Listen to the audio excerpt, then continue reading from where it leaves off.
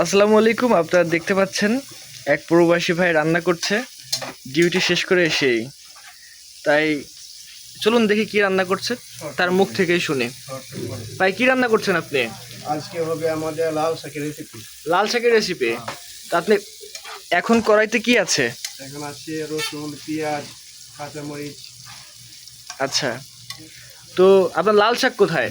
এই যে যাই হোক, চলুন আমরা দেখি লাল শাকগুলো কোথায়। বা লাল শাকগুলো দেখেন। পাশে পাশে রাখা আহ, আছে। আজকে লাল শাকের রেসিপি হবে, আমরা বাংলা ভাষাটাকে বলি ভাজি।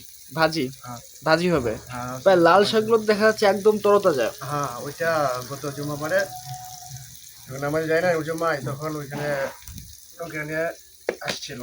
আচ্ছা, জুম্মার দিনে আমাদের এখানে একটা বাজার বসে, বাজার থেকে আপনাদের এই লাল শাকগুলো নেওয়া, তাই তো? হ্যাঁ, যাই হোক, রান্না করেন, অনেক সুন্দর হচ্ছে। ইনশাআল্লাহ আপনাদের সবার দাওয়াত। আচ্ছা কাশাম আছে, কাশাম দাওয়াত। আচ্ছা।